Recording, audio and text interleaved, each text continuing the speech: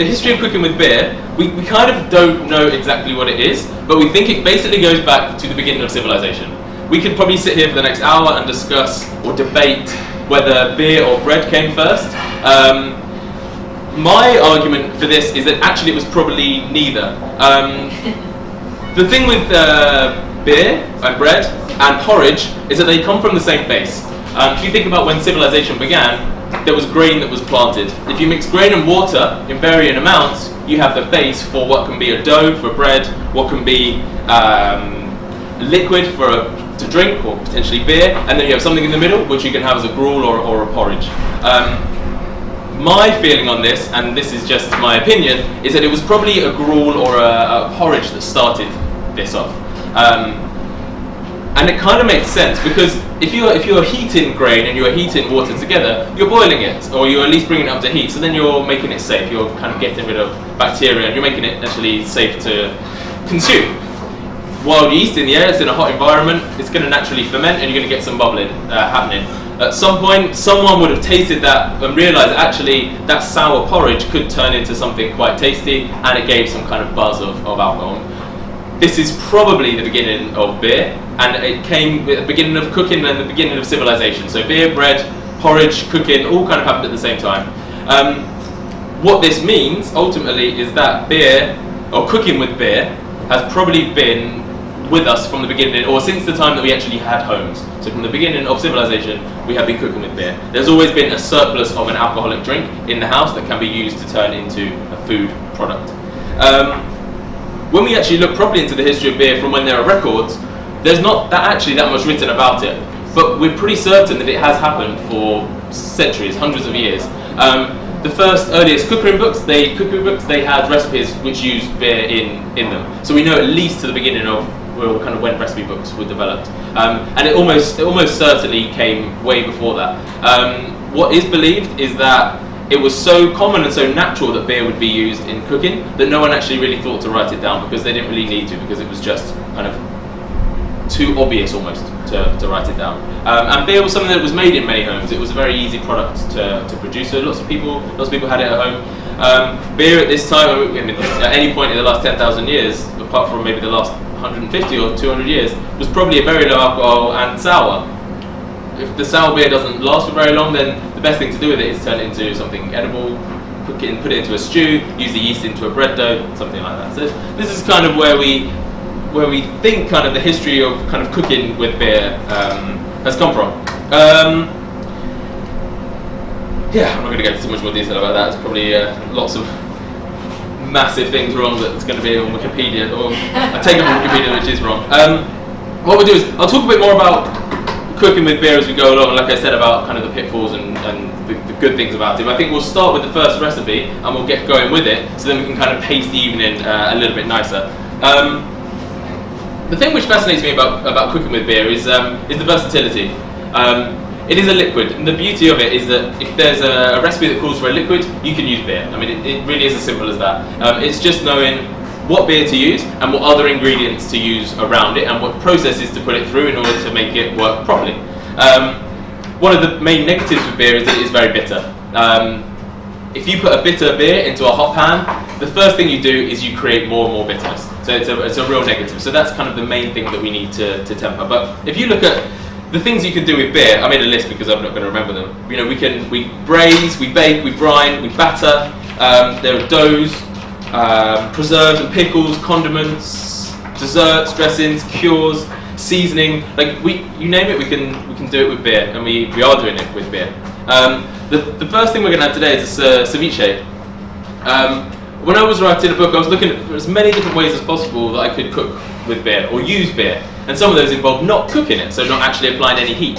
I was thinking about ceviche, and I thought, what if I actually just tried to pour this soured beer, because sour beer is an entire category of beer that we have. What if I tried to pour this soured beer into fish? Would it actually do anything? Would it turn it into something disgusting? Would the carbonation in there ruin it? What would actually happen? What did happen was actually it turned out to be something that was really quite tasty. What we've got is a really simple classic base for ceviche. So we've just got some acidity from lime, which we are bulking out with a sour beer, which will open here when you guys come down and grab it. It's a beer called Calypso from Siren Brewery. They're in the south. Well, they're kind of Wokingham, so they're just outside of London. Great modern brewery. This is called they call it the Berliner Weiss style. It's basically a low alcohol soured wheat beer, and the sourness is a lactobacillus culture that is given the acidity. What I like about this one is that it's dry hopped. What dry hopping means is basically it's kind of the equivalent of adding fresh coriander when you're dishing up a curry or something like that. It gives you that burst of aromatics without giving you additional kind of flavours throughout. So the dry hopping, it means hops have been added very late in the process to give as much aroma as possible. What they present in here is a very tropical aroma. So you get this really vibrant, bright, tropical aroma from those hops on top of a really dry, clean, acidic beer. If you've not had sour beers before, then kind of approach not as if it's a beer, kind of think sour cocktail, think cider, think fruit juice, think champagne or prosecco, something like that. Come in not thinking it's going to be like the IPA that we just had. It's a kind of a completely different category of beer. But anyway, what we're doing with this is we've used this with the limes. We've used it with some ground coriander, some red onion, some chilli. And what we have done, it's been there for about an hour, hasn't it, the fish? Roughly. Yeah, roughly. Yeah. So we've had about an hour's cure. We've just tasted it now, and we're just topping up a little bit more sauce to kind of add a little bit more, just to kind of show you how we've been mixing it together. And then we're going to add it back into the fish. Have you got the fish out here? Yes. Do you want to just add the beer? Yes. By the way, I'm Christopher Trotter. I'm from the Guild of Food Writers. If you are tweeting, it's CT Scott Food. Just in case you can use it. Enough? A bit more? You tell me. We got sea bass. That's right, isn't it? With sea bass? Sea bass, There's a tiny bit of sea bream, basically, because we ran out of sea bass. So it's a mixture of sea bass and sea bream. So it's the style that we particularly recommend. I think most chefs go for that because it's quite tender and absorbs the marinade very quickly, doesn't it? Exactly. Yeah, and because it's gone, that marinade has got that lovely opaque colour, so you know it's been. Yeah, we can see so that. What we decided to do was we needed a bit more seasoning and a bit more lime juice. So that's what I've done here. I'm just going to add that to it as well. Have you tasted that? I haven't. Come on, chefs can use their fingers more. Come on, get a grip. Nice. Too late. Too late. That's terrible. We also put a pinch of sugar in there. One of the tricks that we kind of use when we're cooking with beer, actually, well, kind of cooking in general, was there is obviously the bitterness in beer, and sugar is just a simple trick to kind of counteract that in a way. With some dishes you need a lot more sugar, others you don't need much at all. In this, I mean, for this whole amount of fish and basically an entire bottle of beer, we've probably used a teaspoon, not too much more than that. So it's just a tiny amount. Yeah. And it's just being served the classic way, so with some coriander on top and some avocado on the side. Should we get the beers around? People taste these beers. This is a good one. I really like this beer. It's a really interesting beer. Sour beer is a growing category as well. I'll pop these up here.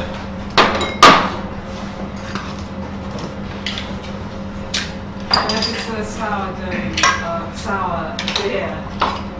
tradition come from? So, sourness will have been in beers since day one, because the yeast that would have been used to ferment beer would have been just the wild yeast that's in the air. So it always would have been a mixed culture, which would have included bacteria and yeast that would have turned the beer sour.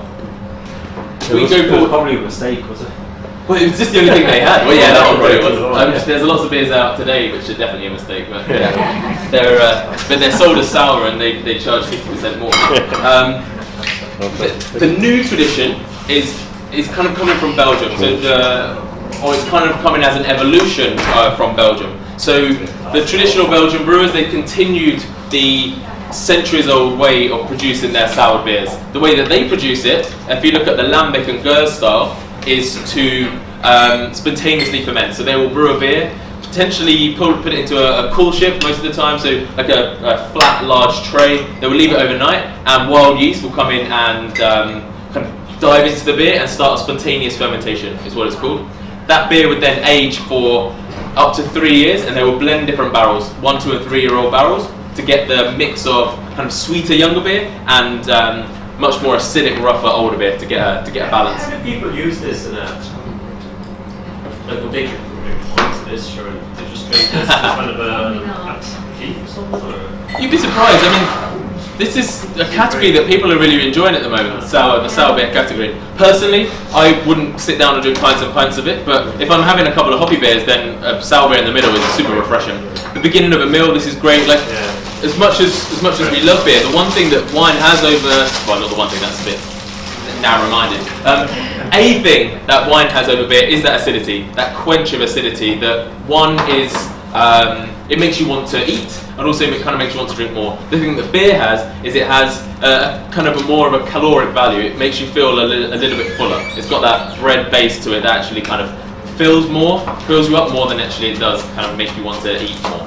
So something like this for me is kind of perfect at the beginning of a meal. But the kind of the newer tradition that we're getting with sour beers now is using that old Belgian tradition, but it's also going in this route. So when I talk about these beers, I talk about these as fast sours. So these are brewed over a couple of weeks, whereas the Belgian older tradition, they take years to make. So these are they're using a lactobacillus culture typically. There are other ways to do it, but that's the most typical way to do it to get the cleanest fermentation. So a kind of classic Belgian sour beer, what would you recommend? Anything that's called lambic. Lambic or Gers. G-U-E-U-Z-E. Gers. They're definitely the classic ones.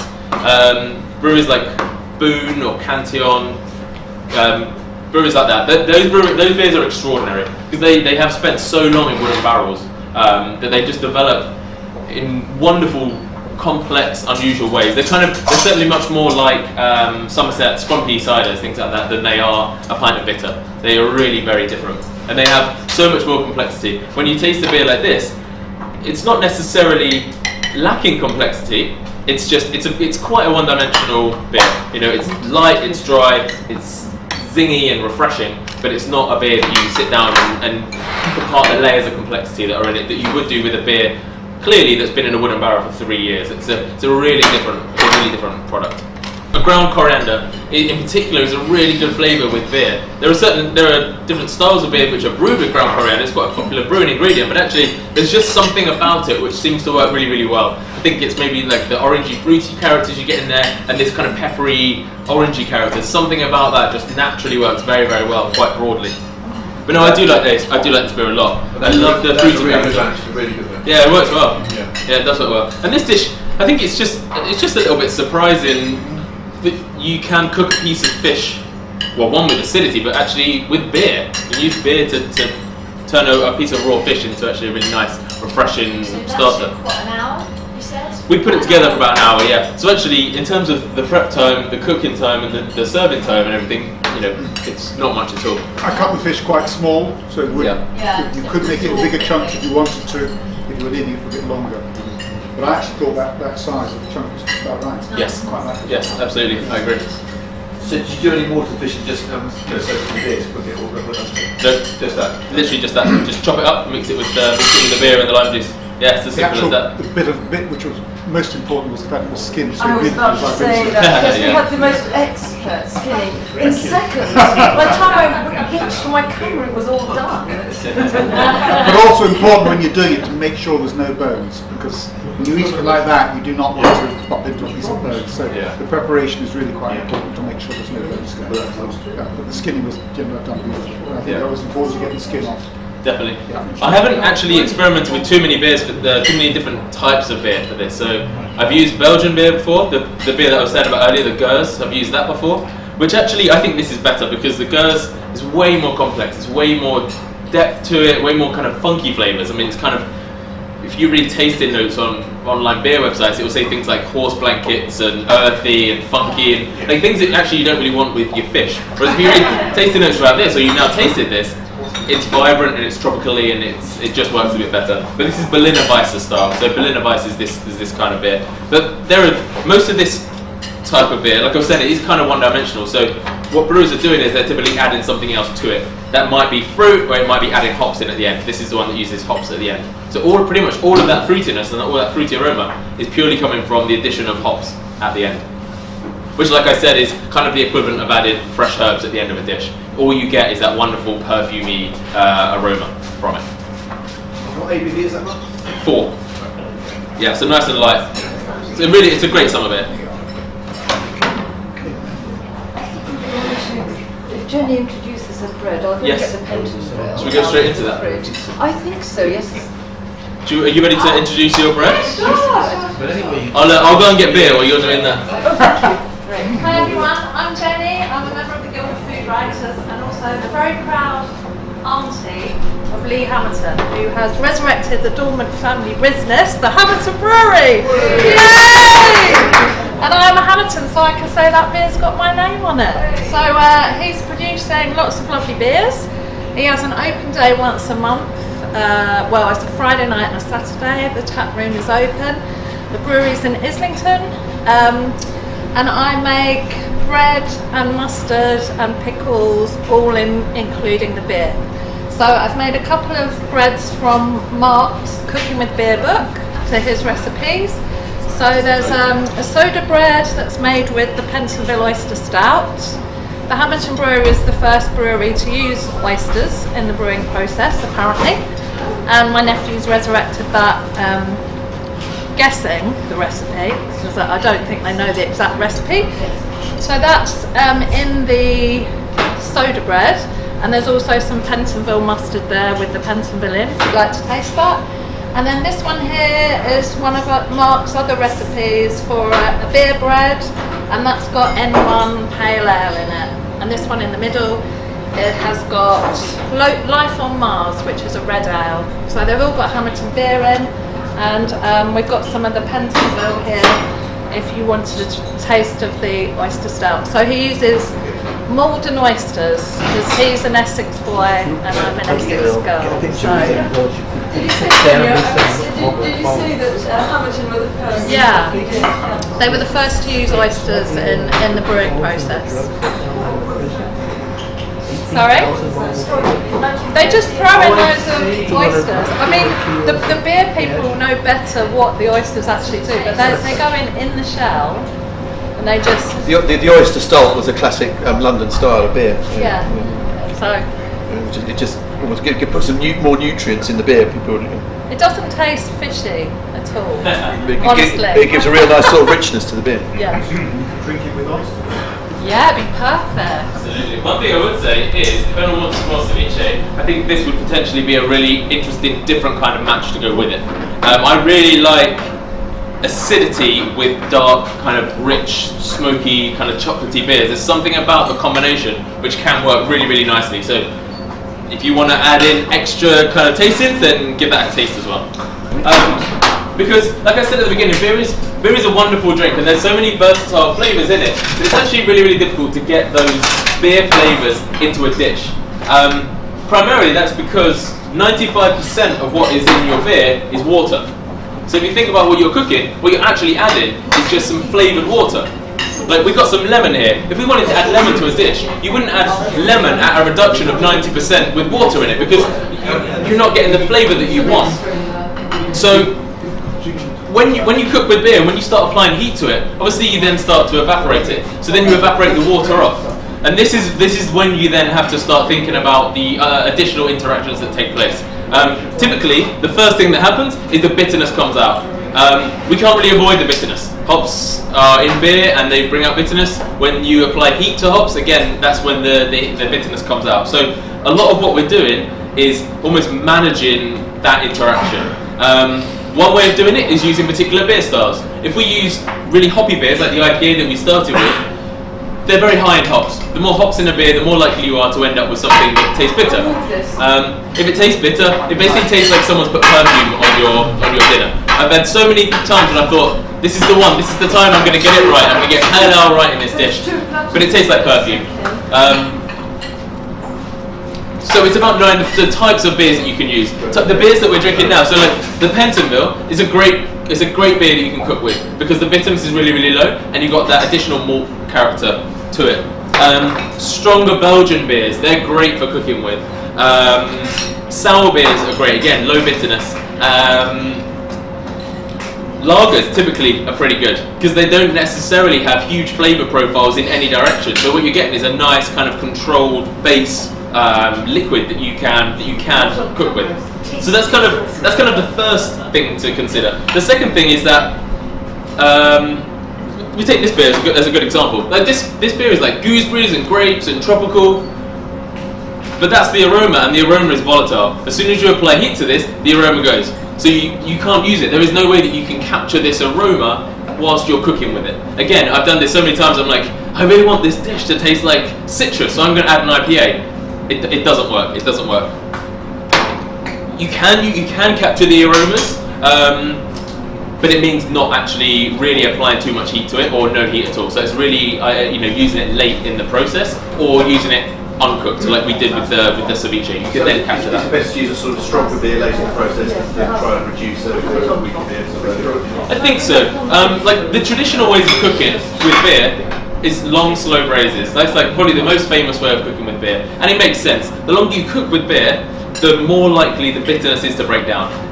I don't know why, I'm not sure of the science, but somehow, somewhere along the cooking process, the bitterness just like reduces and disappears within the beer. And also the malt is pushed forward and the malt is brought out. And really, the malt is the key part of this beer. The malt is like the key part of cooking with beer, because that is like the heart, that is the kind of the core flavour profile that we're getting when we're cooking with beer. So what we're doing most of the time is actually working out how we can complement that malt. The tricks typically are to find sweetness. So the flavours in malt, they kind of range, if you think on a spectrum, they kind of range from bread and biscuits through toast and caramel, all the way up to dark chocolate and coffee. So that's kind of your whole entire flavour spectrum. So we're looking at adding ingredients that actually complement those, whether it is sugar. Sugar is a great thing to add, even in savoury dishes. Like I would never cook a beef stew without putting some sugar in there, for example, or like a chutney or something, or like just a sweet onion chutney or marmalade.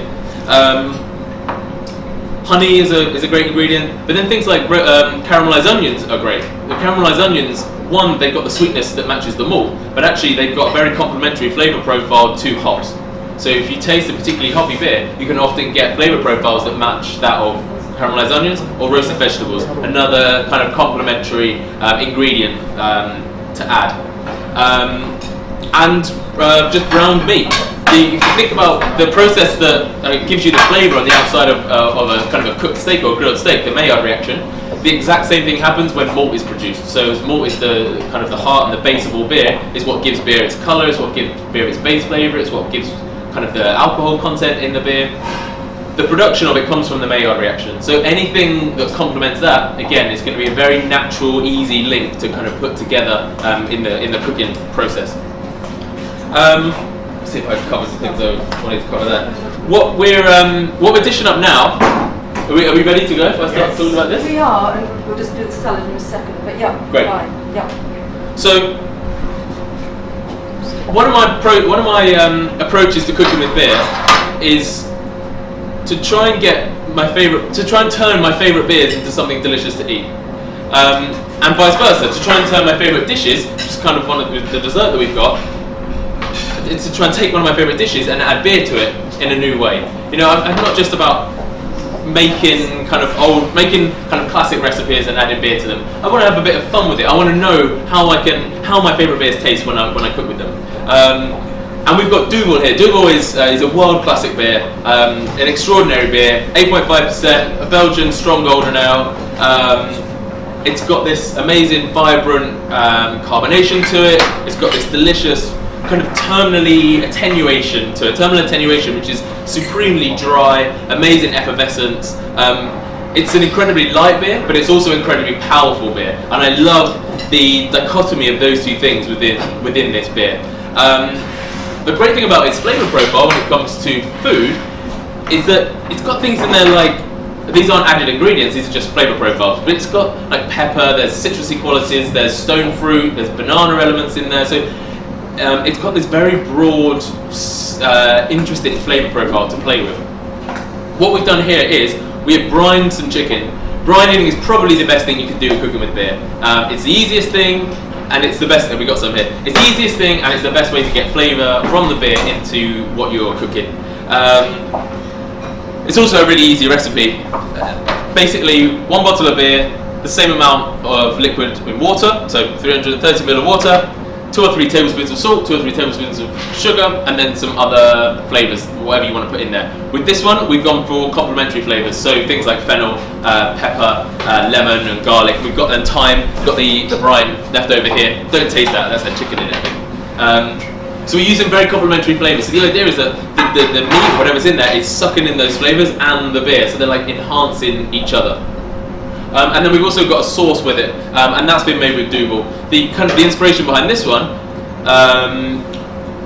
was I was just drinking a bottle of Dougal and I was looking in the cupboards about trying to figure out what I could have for dinner. That's kind of how I got into cooking with beer in the first place. It was how I'm drinking and I'm cooking. I'm just going to put some in and go from there. It's probably the easiest way to do it, just as a student standing around the scummy student hop. It's kind of how it happened. But this one again, I'm going. A special brew taste though. You don't even need to cook. You just warm that up and just drink it. So what we're doing here is we've added again similar flavours to it. So we've got lemon in there. We've got some garlic. We've got anchovies, which is adding that really nice rich saltiness. We've got then also some creme fraiche, which is adding a bit of roundness and a bit of fat to it. Because this beer is quite a bitter beer. It's at least very dry, which enhances the bitterness of it.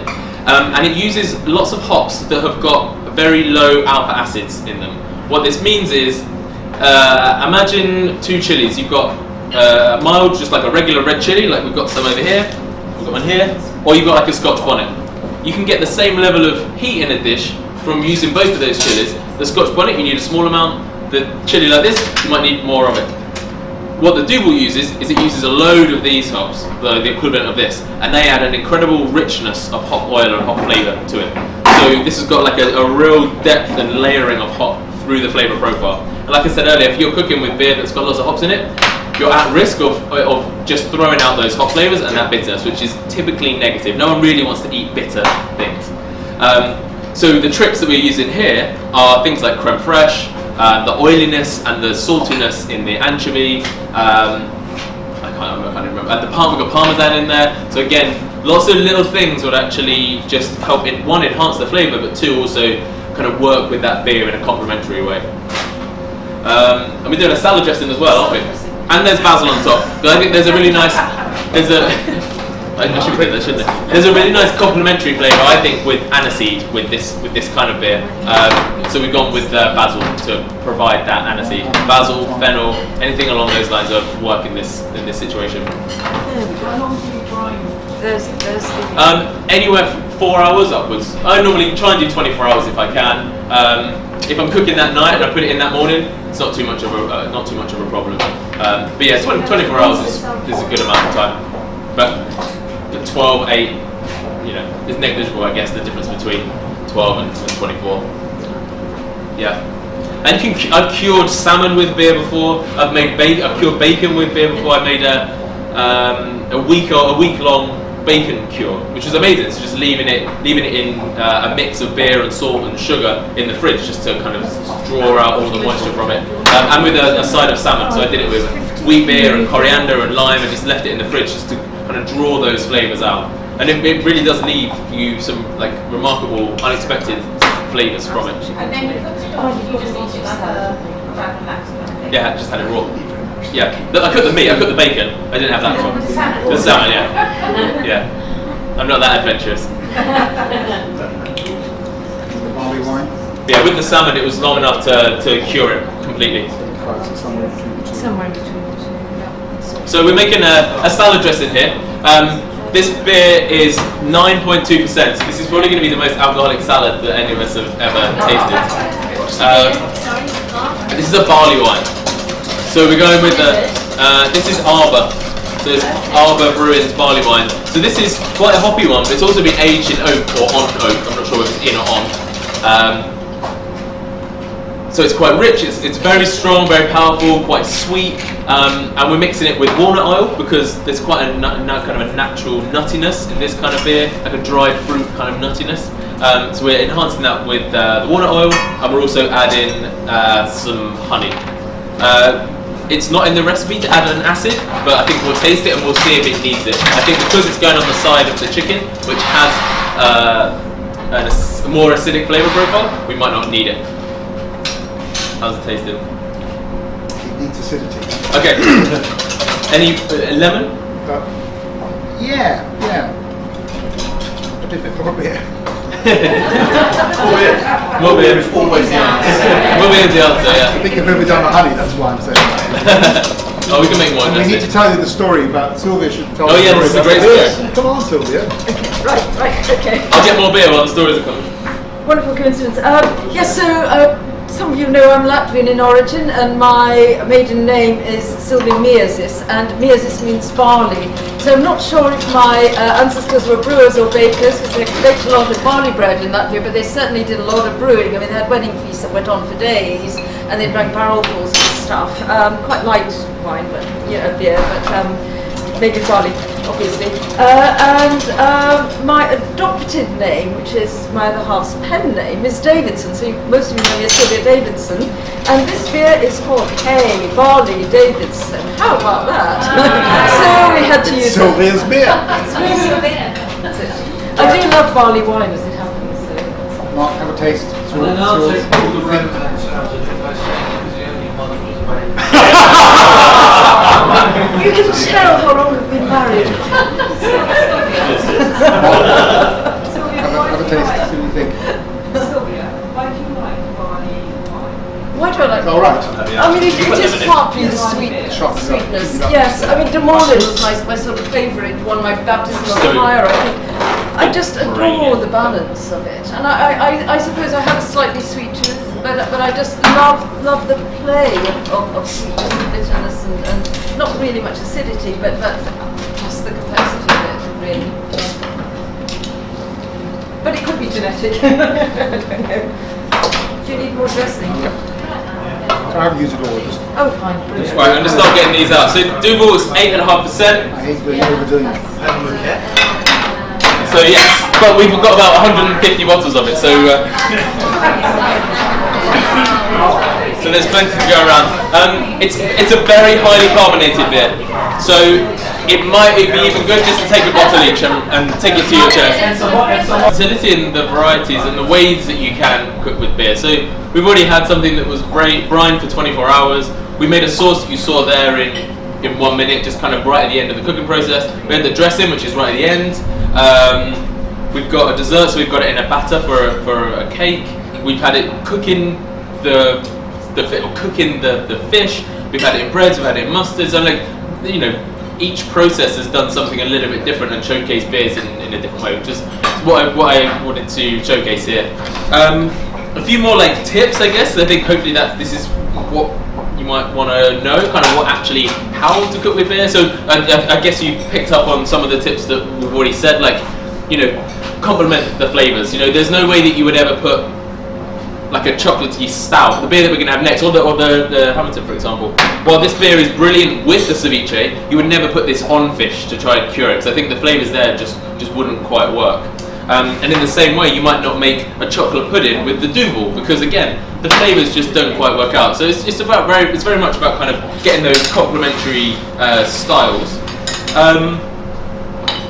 I like using it as a seasoning. So I've made recipes before where literally at the end I've opened a beer like a Duvel. I've made it like a laksa or like a coconut-based curry or noodles, and at the end I've just popped the top off the cap of beer and I poured it in almost as if it's a squeeze of lime. And again, it just adds this kind of that intangible warmth of alcohol that you get when you just know there's alcohol in there, but you don't necessarily get any other flavour profiles from it. And I think that's a really nice way of doing it. If you're slow cooking with it, one trick is to save some beer back. So making a carbonara, if you're making a stew, just save back maybe even just 50 ml. Right at the end, when you're serving, just pour a little bit more beer in, and it just livens it up. You may have noticed that even when you're drinking Duvel with that dish, just when you drink the Duvel alongside the dish that you're cooking it in, there's something about it which is able to lift those flavours up again. So just by adding that at the end, it just pops the flavours a little bit more, which I think is just the simplest trick, but it works. Another thing I've already said, this is one of my favourite beers, and I love that I can cook with my favourite beers, and you can cook with any beer. The most expensive beer, if you want to cook with your favourite beer, the most expensive beer, you're never really going to spend more than about a £5.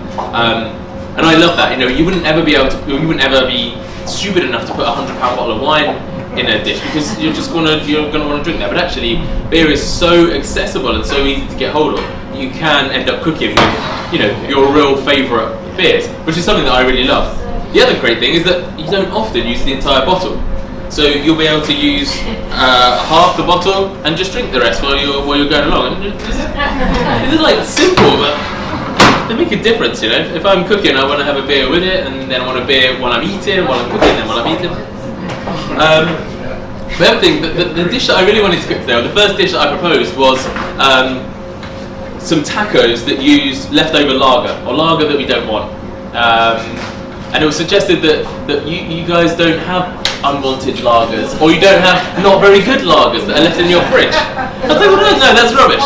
Like, my friends bring me rubbish beers all the time. They're like, oh yeah, come around, they bring me a 4-pack of crap lager. It always just ends up in my fridge. In the same way that your friends may come around and bring bad lagers or bad wine, you want to use it up somehow without throwing it away. So one of the things I want to do, I want to make it fun. I want to try and work out the best ways to make a crap can of lager into something delicious. Like, why not? What else am I going to do with it? I've made amazing curries where instead of any stock or anything, I've used a can of carling. I've used cans of lager to brine chicken, kind of like we've done here. And then I've used the lager in a salsa, and I've used it in taco dough. So it doesn't have to be great beer. You can turn really average beers into really delicious things, and that for me is just fundamental. And that probably goes back to the origins of cooking with beer. There was leftover surplus beer, or beer that wasn't very good. So we wanted to get rid of it somehow because you didn't want to be wasteful, and you can have a lot of fun with it. Are we ready for dessert? We are. I think Are we ready for dessert? We're ready for that. Where's the chocolate stout? It's just inside the door. Okay. Don't worry. Oh, no, don't worry. I'd like to get a picture for everyone who's going to dive in. Okay, yeah, it's just inside the door. So, like I mentioned, I want to use my favourite beers in dishes. I want to be able to eat them in a way that I want to be able to enjoy them in a way I haven't enjoyed them before. In the same way that I want to turn dishes that I love and beer them up somehow. This was my favourite dessert growing up. If it was our birthday or my birthday or anything, my mum would say, "What dessert do you want?" And it was always the same: chocolate and banana pudding.